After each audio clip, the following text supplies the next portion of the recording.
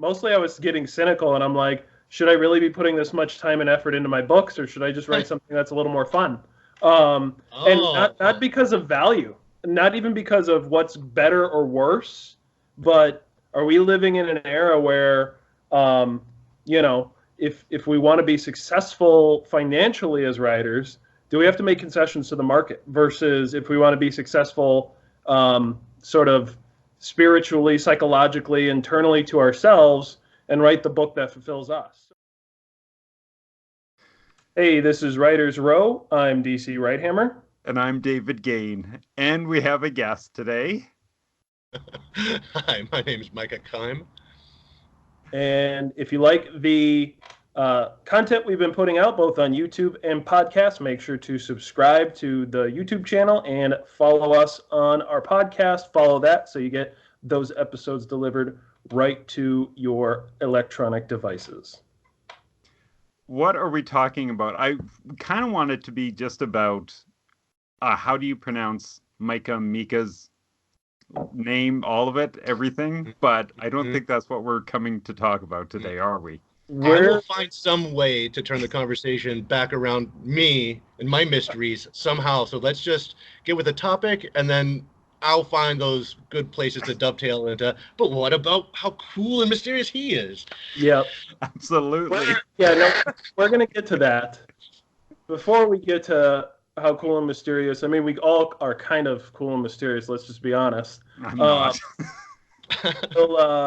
I mean, David, you slide into people's DMs, all right? So let's not, Anyways, enough about me and my sliding. So we wanted to talk about, this actually came to me really recently, that some of us in writing community are writing longer stories. We're writing deeper, more complex stories. The writing style might be more complex. The topics we cover might be very heavy topics. And we're all doing this in 2019 in what I like to call the clickbait era. And on Writers Row, we admit everything up front. The thumbnails, if people have been noticing over the last month or so, have been more quote unquote professional, more clickbaity, you might call them, because I've been doing more research into YouTube and what they favor in terms of those thumbnails.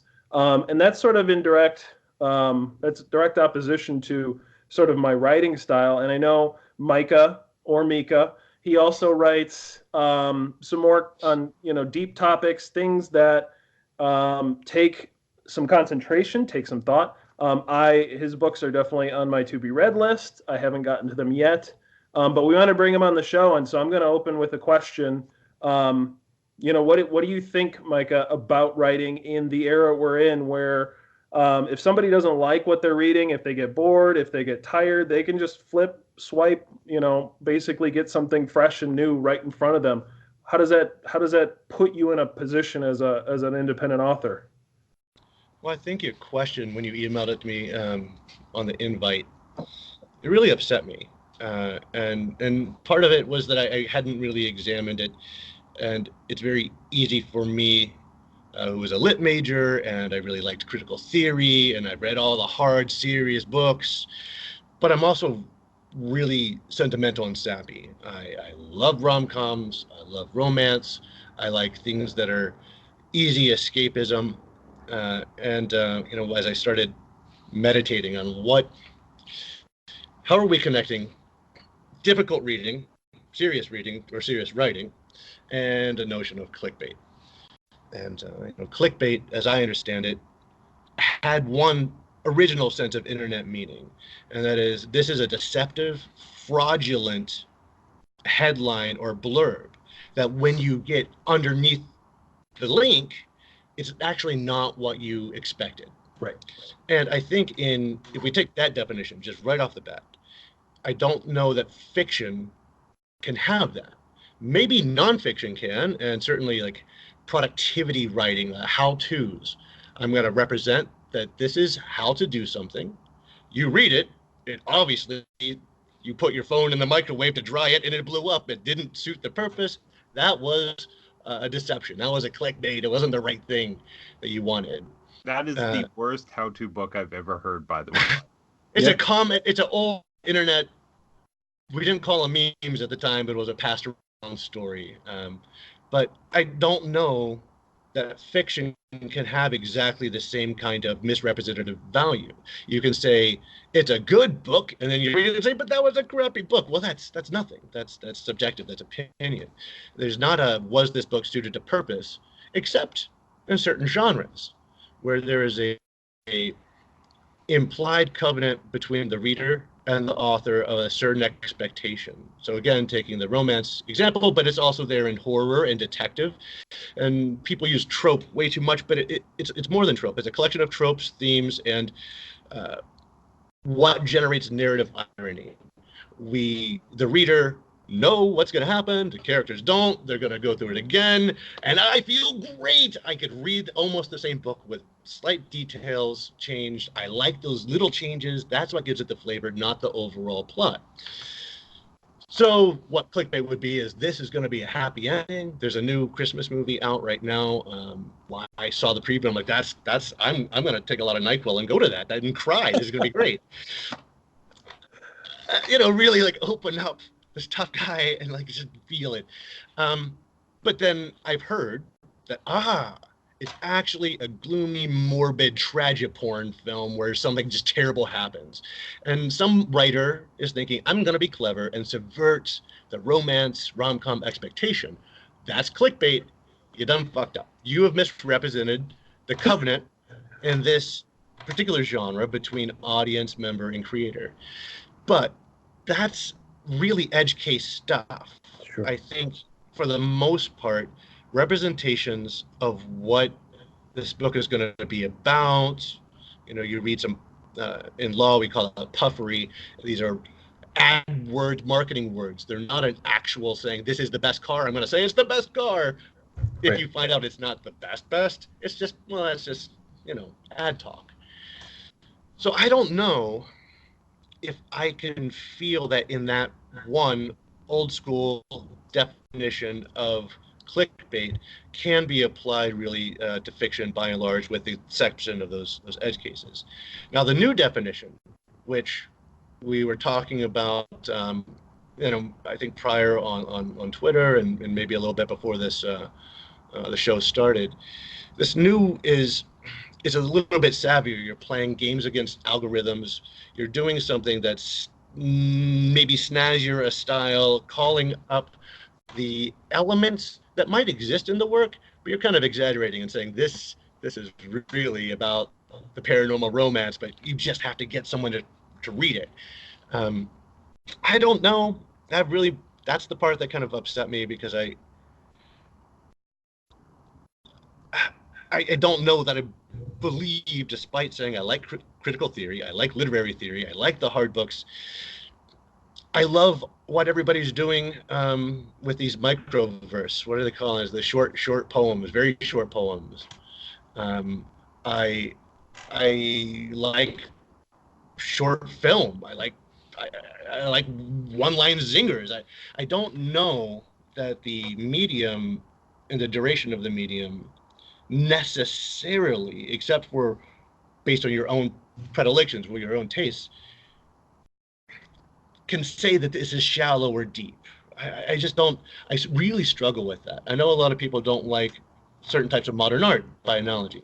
They look at a Rothko, they look at splashes of color and say, "My 5-year-old does that," and maybe they do, but maybe I feel something here, and it's really challenging to be as pretentious as we used to say in the 90s. For a book to be good, it had to be hard. Pomo, the tail end even of modernism, the revolt against the reader. This is Infinite Jest. This is Gravity's Rainbow. How do I give you the middle finger because you're living in America in a spoon-fed life, and I want to challenge your brain so you're not just reading kiddie stuff? Well, I like some of those books. Sometimes I like the posturing. Right. But ultimately, it's bullshit. So I don't know. I don't know how that applies to my own work. I know that, and I'm going to stop ranting here in just a quick second, but For it. Melville really wanted to write a literary novel. He sat down to write Moby Dick. There was a nascent American novelists, and there were elitist cliques already. He wasn't in it, and he wanted in it, and so he wrote this book that has an amazing tale that shocks the readers. It also has deep and rich characters, and then it has the blubber. You are reading action, action, action. What's going to happen? Okay, Cetus is Latin for whale. Now you've got hundreds of pages of this him trying to say, I'm smart, please accept me, let me be literary. I could read the book without it. Well, some people can't, and maybe I'm wrong to judge, but I kind of like short and easy too. I don't know. It's really, really hard for me to add a value to that. So as you kind of introduce both notions, something that's misrepresenting what the book is either about in order to add hype, it's a sexy cover, but there's nothing sexy inside, or the classic clickbait versus people just kind of amping up what they've got to hustle, and maybe it's not even that hard. It took them 6 months to write, and they wrote it really just about their life with their cat, and there's like not a lot of analysis or something. I actually think that would be kind of cool, but I don't know how to apply a rigor of analysis to say that type of writing is clickbait or different from what I do at all. I don't know. That was a lot. Sorry. No. And I'm looking at David. I swear he's got probably a list of questions. So I don't want to put it. So I have a couple of thoughts. Is the question though about how to sell those kind of books within the clickbaity culture, or is it's more about how do you write them and put them out there in a clickbaity culture, correct?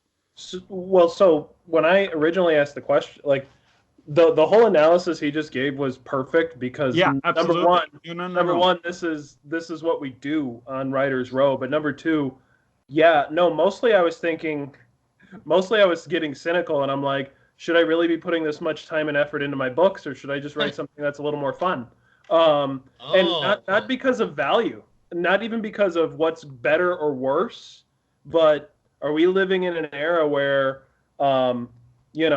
if we want to be successful financially as writers, do we have to make concessions to the market versus if we want to be successful sort of spiritually, psychologically, internally to ourselves and write the book that fulfills us? So I think the dichotomy I'm trying to draw is market versus self, and how do we fit into that? Like, that's a horse of a different color. It is, but it isn't. You set the stage. I think you set the stage for it, actually. Yeah, absolutely. Because even, how, for example, and I know people still are reading it and everything like that, but like how does somebody pick up Infinite Jest now? Mm-hmm. And I will be honest, I didn't finish it. I got like, I think a third of the way through. So and I was like, this isn't my book. Answer honestly. I love that. Me? It's very brave of you. I love that. Because I tried to give it as much as I could, and I just ran out of steam. And I think what it was I was reading it. I'm like, I think there's a lot of other books that I want to read in my lifetime that I'm passing up by reading this one. Oh. And on that note, I first off, I read The Road by Cormac McCarthy, and it I was just reduced to the simplest of men at the end of that. Like, that book was just perfect for me, even though he failed to use any punctuation in like 9 chapters, and like run-on sentences were totally like his thing. Sometimes it totally worked, and sometimes I'm like, what? But then I tried to read Blood Meridian because everyone like raved about it, and I'm like, okay, I was just like David. I was like, it actually ruined me for like 3 months. I couldn't read any other books, and I didn't finish it. Like I just had to put it down because I'm like, there's a lot going on here. There's a lot between his prose and between the politics and the social sort of things he's trying to put forth and what he's trying to say about the character and his experiences, and also there was some racism. But that was, I don't know how much of that was part of the story and how much of that the author actually believed, and so it came into this, like, it was just it was too difficult, too hard to even push through and get through. Some books I will hate read till the end. I admit that, just because I like to be a completionist if I can be. But this book just ruined me, and I like couldn't read for a while. And that came to mind when I started thinking about this episode. In that, when you start putting barriers between the payoff and what you're asking a consumer to do, when you're putting when you're making it a little different than the norm, when you're going against mainstream, like from a marketing perspective, and then beyond that, from your how you feel, the things you're putting out into the world, how does that reflect on you as an author? Are you being pretentious? Are you trying just too hard? Should you just put out more things faster? Not necessarily simpler, but just, these are all the kind of questions and confusion that I had when this topic came to mind. And so let's keep unpacking it. Okay. I gotta argue something really quickly. We shouldn't be putting the work and marketing side by side in this discussion. Some books are there for sale, but not all of the books. Some are meant to challenge. Infinite Jest, like you said, was meant to challenge. I was not up for the challenge, I guess. But I always find this something that I struggle with when I'm working with other authors, is like, you can write whatever you want. You can create whatever you want. You can do whatever you want. It's just, you just have to acknowledge that not everyone's going to read it. And as long as you're cool with that, then, like, yeah, I guess the barriers or I always say our books that we're writing, because we're writing for YA, we always try and be a good host, so that the readers are the guests and they can enjoy it and have a good time and everything like that.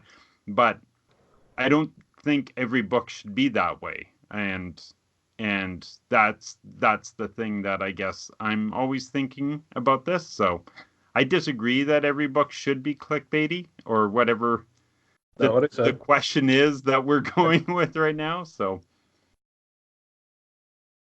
did we lose DC? Are you there? No, I'm just a statue. So he's thrown off by my thoughts. What do you think, Micah, whatever your name is? You mystery man. I'm just going to call you Thomas. Sure, a lot of people do. So shifting gears then, because I think you really set the stage well earlier, Micah, on what clickbait is. Normally I give those definitions. I did a terrible job this episode of that. Fortunately, we had someone better than me who can do that.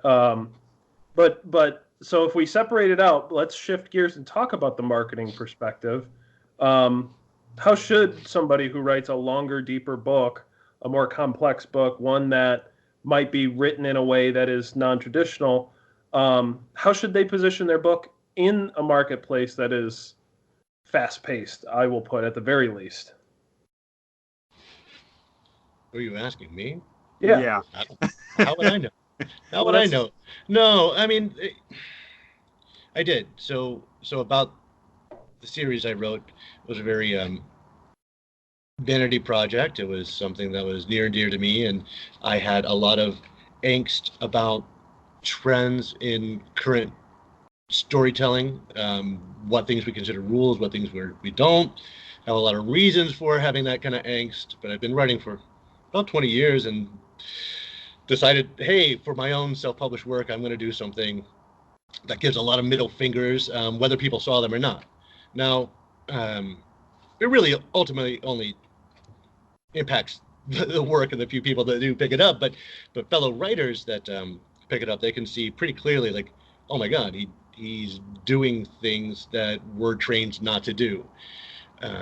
But my position was, when your grandmother or grandfather tells you oral tradition story, you don't get to stop them and say, but Grandma, the inciting incident in your story happened way too late, and how could Uncle Joe have known he wasn't in the room at the... Like, they don't care. You're telling a story. If you can follow it, that's good enough.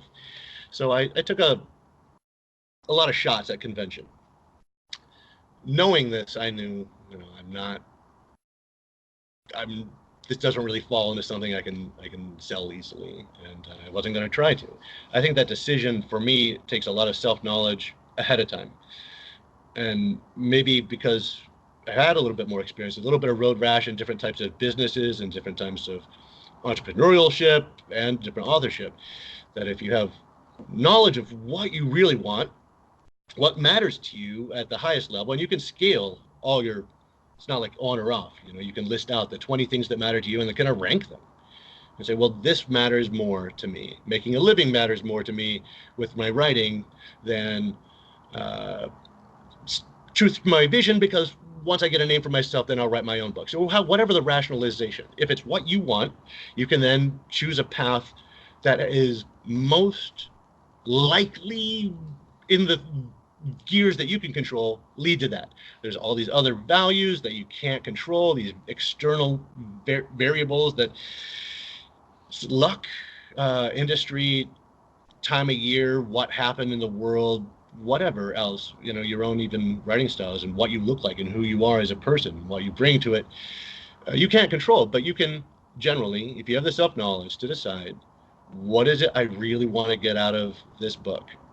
And why am I writing this? And I don't mean in the way that people answer these polls on Twitter, where inevitably they take the noble.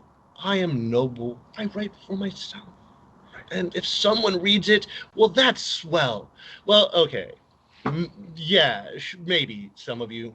But I don't know. I think if you decide what you want to do, you can go for that. If you want to make $100,000 a year independently self-publishing books, you can. You absolutely can. There are very stable ways to do that fluctuate within some margins. It's usually high quality writing. So when people say, well, you're a mill and you don't write good, you're right, but it's tried and true. You're following the formula. You're using the right tools of newsletters, catering to your community, and you're moving pretty quick. And it's hard work. It's harder work than I do for my day job.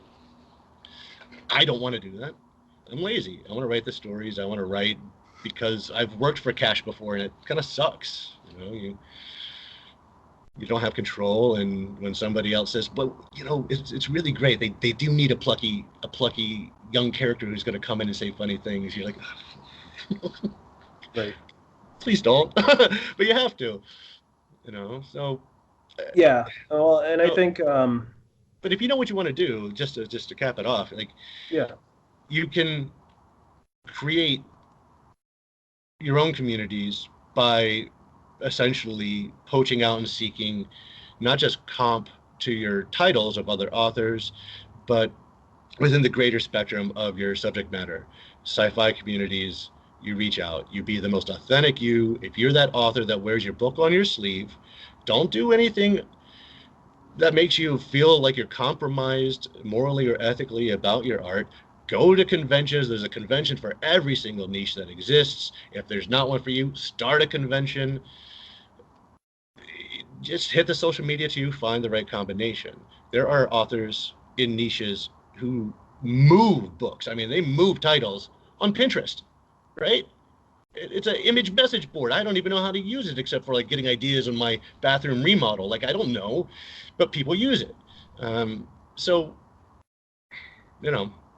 for your niche, if you are niche, if you're not something that has broad appeal by luck or by design, you just got to dig deep Find out how to be yourself.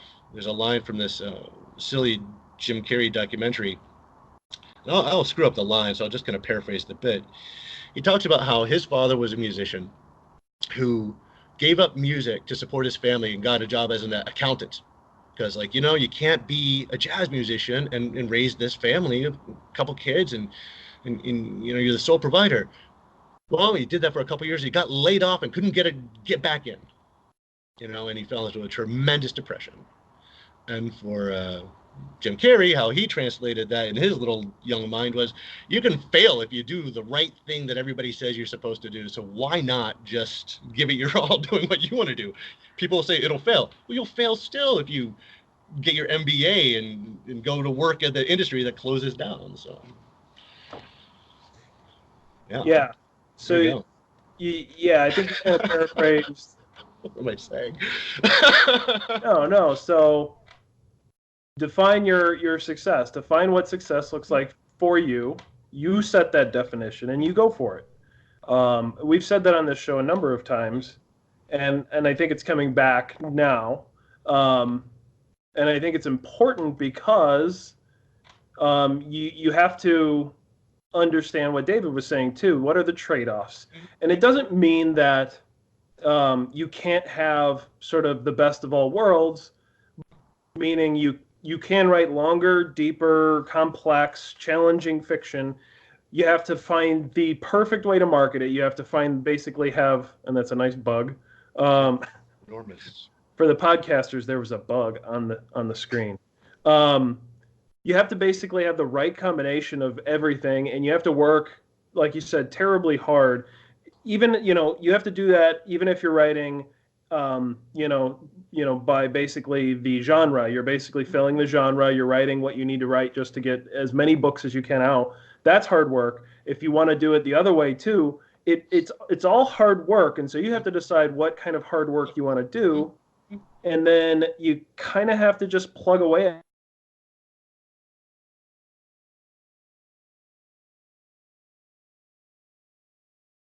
your definition, and you just have to work at it. And I think that's what's difficult for me is because I break rules in my books. I have multiple point of views, and some people say you're head hopping. My second book was a prequel and a sequel in the same book. Well, why can't you just tell one story? Why do you have to mash it up like that? So there's, some of these critiques. In the end, most readers think it's actually good. And while I challenge them on some fronts, I actually try to make it accessible on other fronts. And so the characters are relatable. The stories are easy to follow. But then the next chapter is a completely different scenario, and you have to kind of start from square one. So part of my definition of success is always tell a good story, but tell it in a way that's memorable. And so I try to do that. And then, from there, I have to figure out how to position that book and market it in a way that is honest and true, and also appeals to as much people who would like that as possible. And so finding that balance is not something I've been able to do.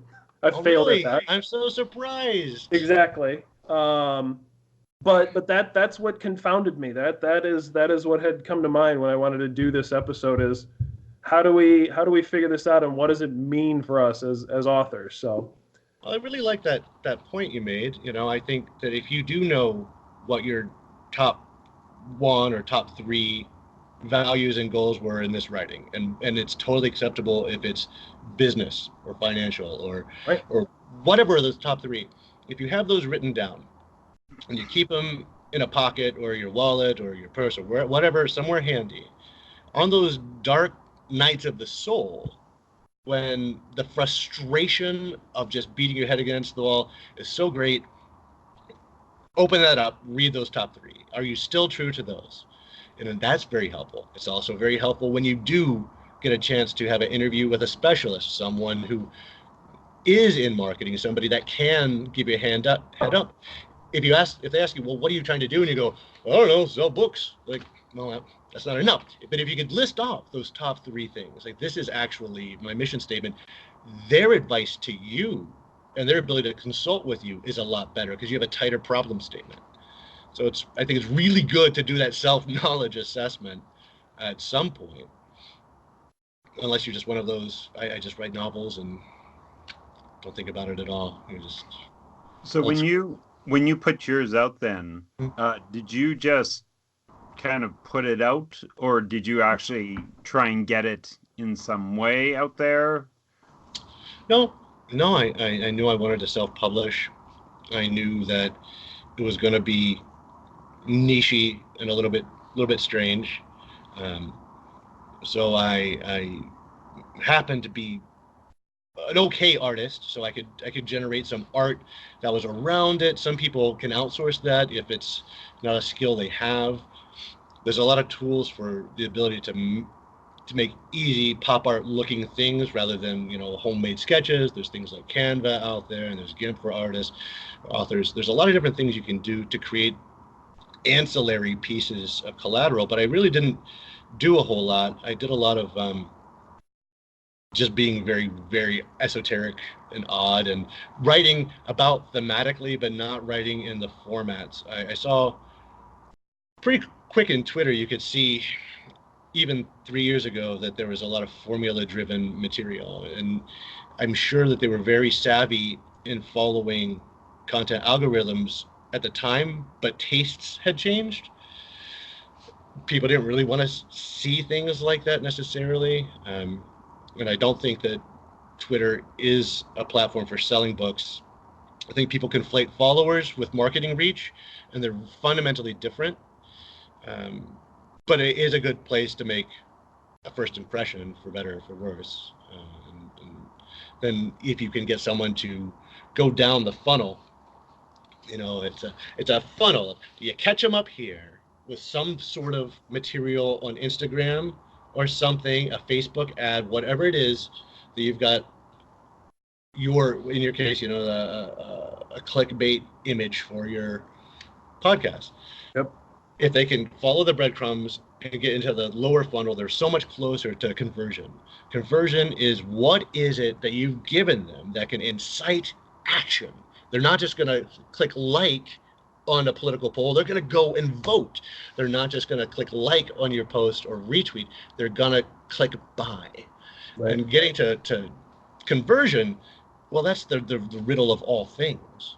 Our Hollywood filmmakers can spend millions, hundreds of millions on a movie. Their marketing teams are the best in the world, the absolute best in the world. Their calculations are flawless, and they can fail. The movies can fail. They'll bomb. Yeah. You should not be thinking, well, I spent $100 on Facebook ads. I got no return. Therefore, this is a failure and bunk.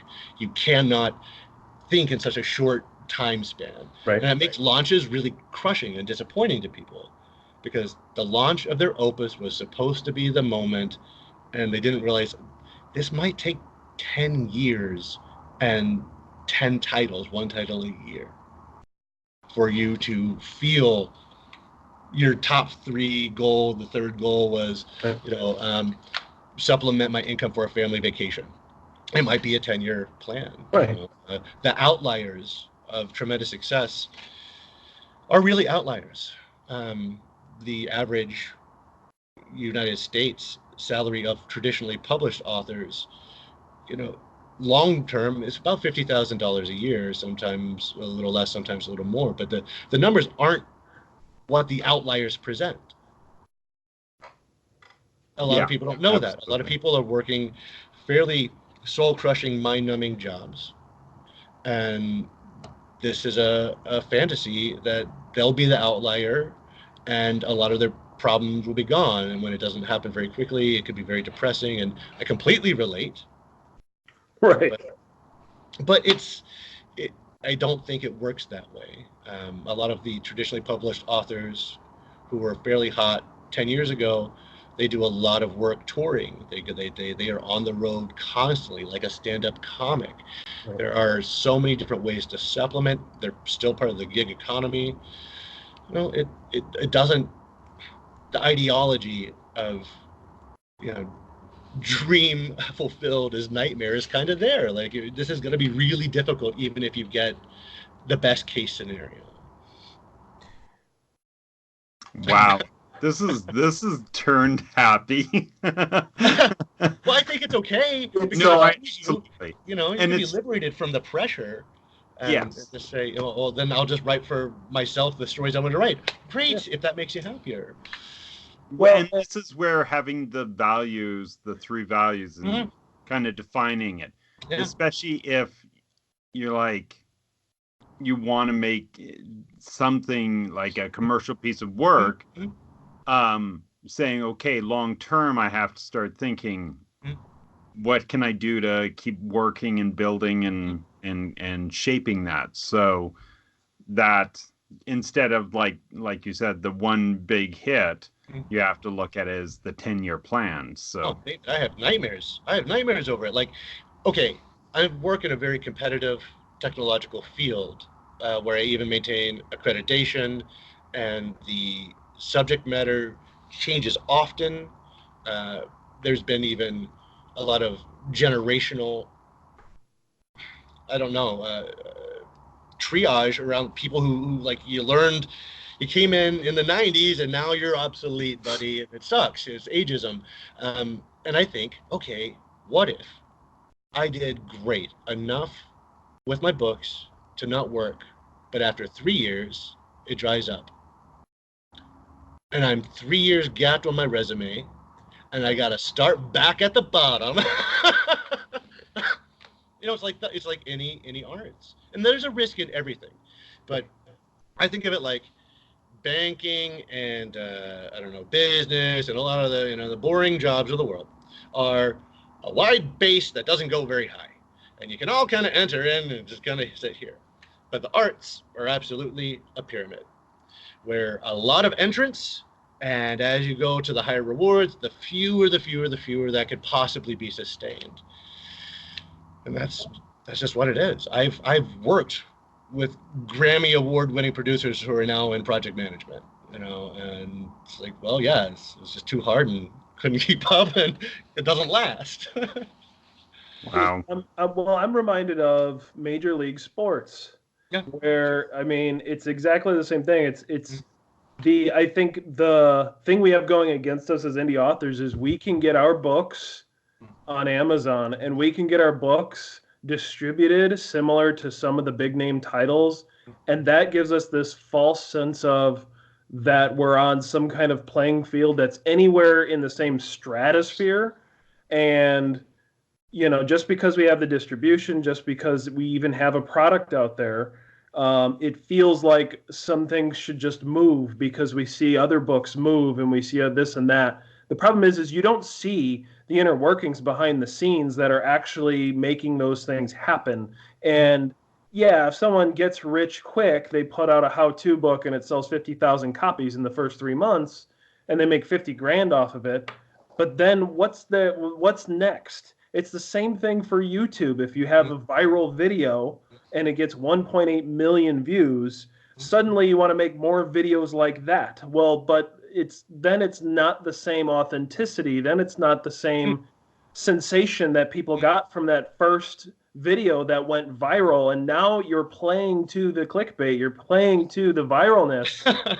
You become your own parody. Exactly. You start to chase the one, even if you do. So there's all these pitfalls. So yeah, this episode is getting very dark to some extent. Well, I think it stinks that, if you're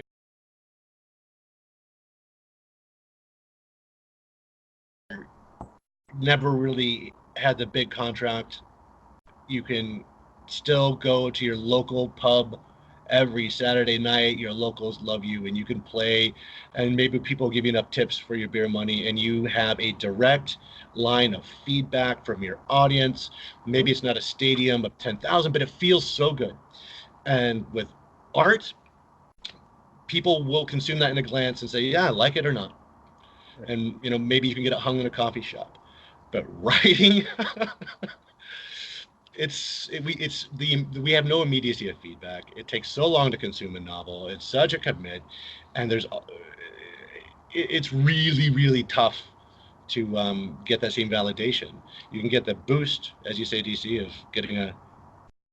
publishing it. It's up on a platform, right. But we don't. It's really much harder to get audience participation, feedback, and that kind of fuel for the soul that a lot of the other creative arts get.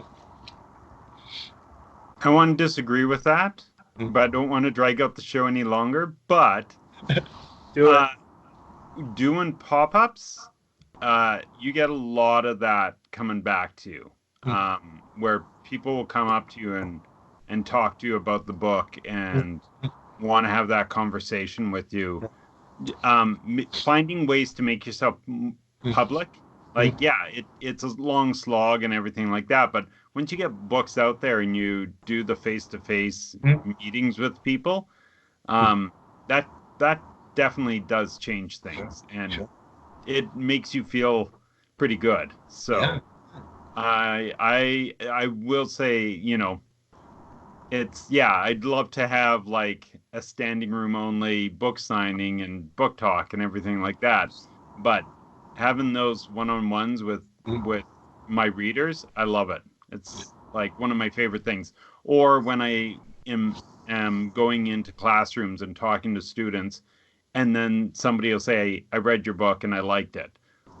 Like, that's fantastic. So, I'm just going to say, I want to not say, I want to make sure that it's not as dire, I guess. Sure. No, those moments are awesome. You know? Yeah. So having a conversation with somebody who actually enjoys your writing is really wonderful. So, that's all I got to say about that. It is one of the best feelings there is. Yeah. Okay. Yeah. I don't even know. We haven't even touched. Like, we're so far off the question now, but I love it. I think it's fine. I think I like to wrap things up on a relatively positive note. So the takeaways are: set yourself some goals, stick to them, reevaluate them if they're not working out. Make them somewhat fluid, but don't necessarily compromise. What you want to do unless you have a good reason to. Like if you're compromising, you should really start to change your mindset as well, because you're really changing your goals. You're really saying my top 3 are not my top 3 anymore. Otherwise, you're going to try to, do everything, and you're probably going to miss on a lot of those things. And so that's very vague, and I'm not going to make it any clearer. We're going to wrap this up now. So that being said, in the part of the episode where very few watch, let's go ahead and do some self-promotion. And we will start with Micah. You don't have to necessarily self-promote, but it's an opportunity to promote something. So. Oh, well, if anybody's interested in the books that we kind of touched on here and my approach to telling non-standard stories, it's first book's called The Little Demons Inside, and it's out there on Amazon. Be in the description down below. Yeah. And there's only one? How many books are there? Well, right now there's 2 novels, 2 sets of short stories. Last book in the series will be out probably spring. So there'll be a 3rd novel and a 3rd set of short stories. I always do a set of short stories with each novel release. Lower price point, some meta lore. They stand alone, get a taste of my style. Kind of the drug dealer approach. I like it. Awesome. How about you, DC? I'm going to plug our podcast. I'll go back to that. So we're on Apple. We are on Google. We're on Spotify, Breaker, Pocket Casts, Radio Public. These are I'm just kind of going from my recollection, looking it up today. So if we're not on a platform, if our podcast is not on a platform that you want it to be on, let me know, and I'll see what I can do. Awesome. And I will plug our website, kunyosandgane.com, and our newsletter. Sign up for it. We got stuff on it. We sell books. The end. All right. Well, big thanks for having me on today. Hey, thanks, Micah. Thank you very much for coming on. Lots of fun. Everyone for watching. We'll catch you next time.